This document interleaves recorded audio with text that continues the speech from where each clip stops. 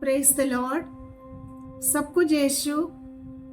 आज फिर से एक बार और आप सबों को मेरे इस YouTube चैनल पर फिर से स्वागत है। पिता, पुत्र और पवित्र आत्मा के नाम पर आमीन। प्रभु यीशु के वचन कहते हैं, सभी बातों के लिए प्रभु को धन्यवाद करें।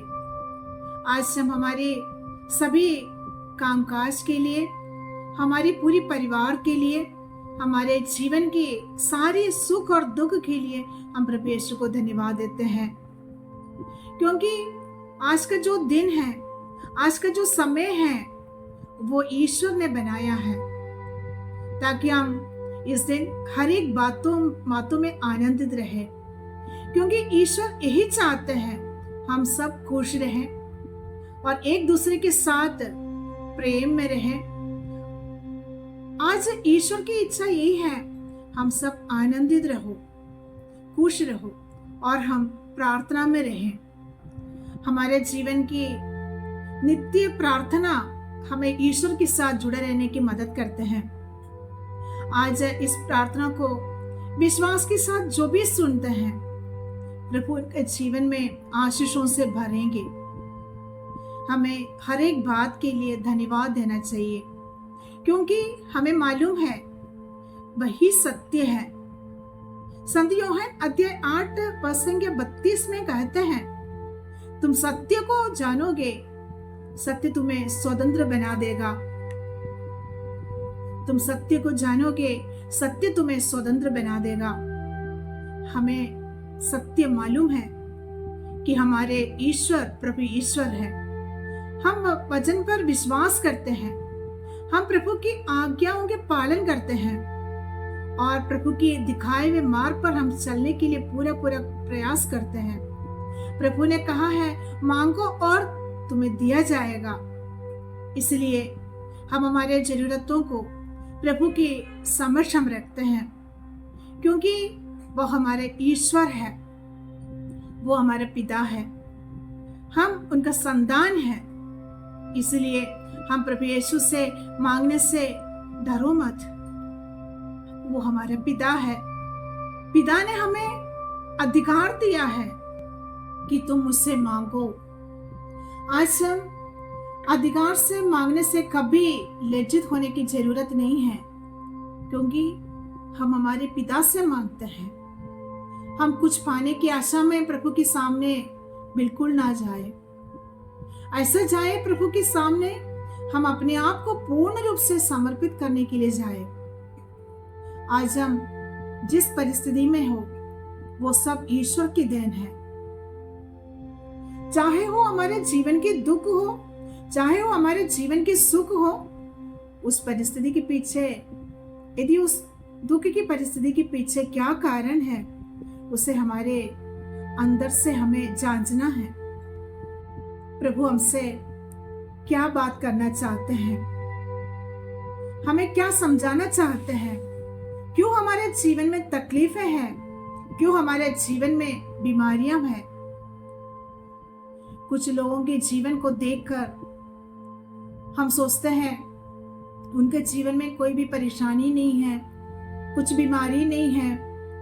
ऐसा सोचकर हम परेशान हो जाते हैं, मगर हमारे जीवन में क्यों इस तरह तकलीफें हैं, क्यों बीमारियां हैं, क्यों दुख पीड़ाएं हैं, ये हमें खुद प्रभु यीशु के सामने बैठकर हमें प्रभु से बात करना होगा। हमारे मन में ऐसा सवाल जरूर आते हैं, मेरे साथ ऐसा क्यों हुआ, इसके बारे में थोड़ा सा मनन चिंतन करना है। हम प्रभु के पास जब प्रार्थना में बैठते हैं, हम पूर्ण रूप से प्रभु को हम समर्पित करते हुए बैठे।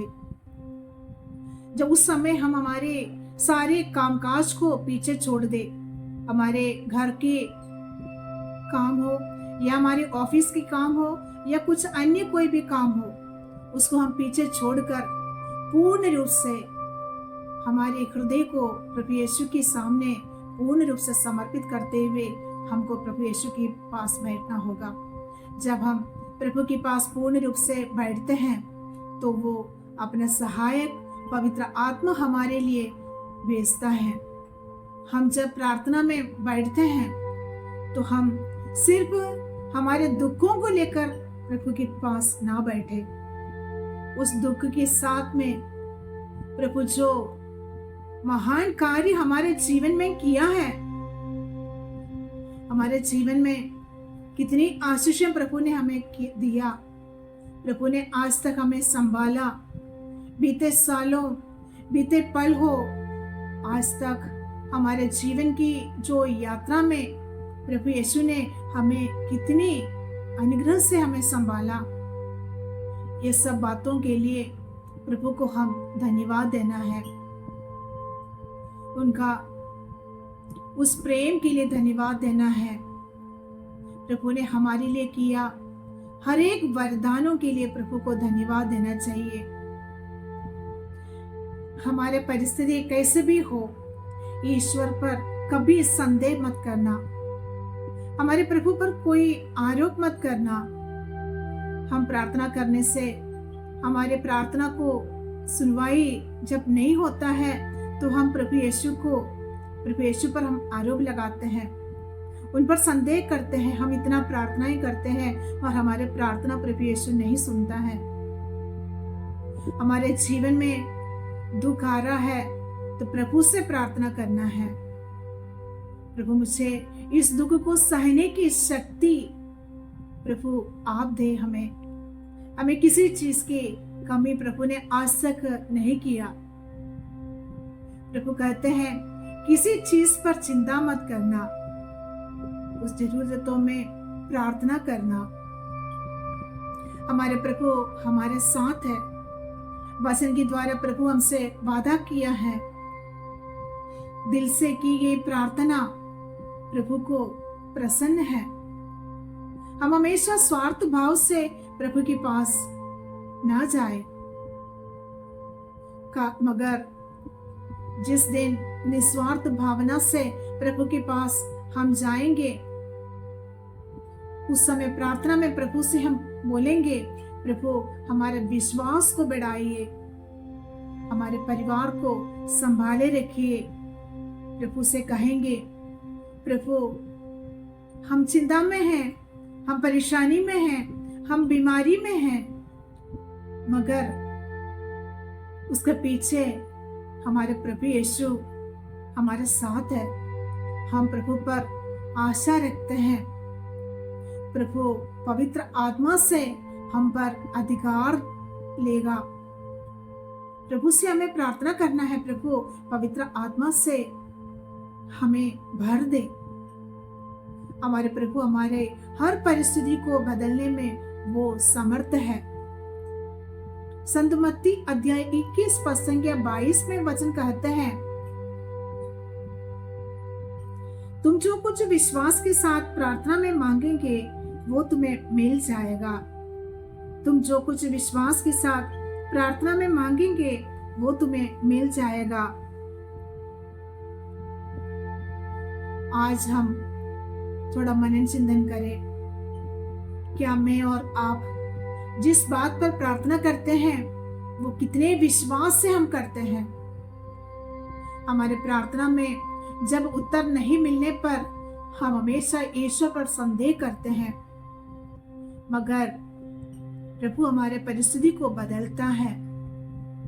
प्रभु ईश्वर के हाथ में वो समर्थ है। हम हमारे जीवन को प्रभु यीशु का हाथ में सौंपना है। यदि प्रभु के हाथ में हमारा जीवन हमने समर्पित किया तो वो कोई नहीं गिरा सकता। यदि प्रभु यीशु हमारे जीवन में है तो हमें किसी मनुष्य के सामने सिर झुकाने की जरूरत नहीं है। विश्वास से हम प्रार्थना करें, भरोसे के साथ हम प्रार्थना करें। प्रभु के मीठा वचन में हमारे सब सवाल की जवाब है। हम वचन को पढ़ेंगे और वचन के द्वारा हम आशीष पाएंगे। Praise the Lord. मुझे आशा है कि आपको मेरे प्रेयर मैसेज जरूर पसंद आए होंगे।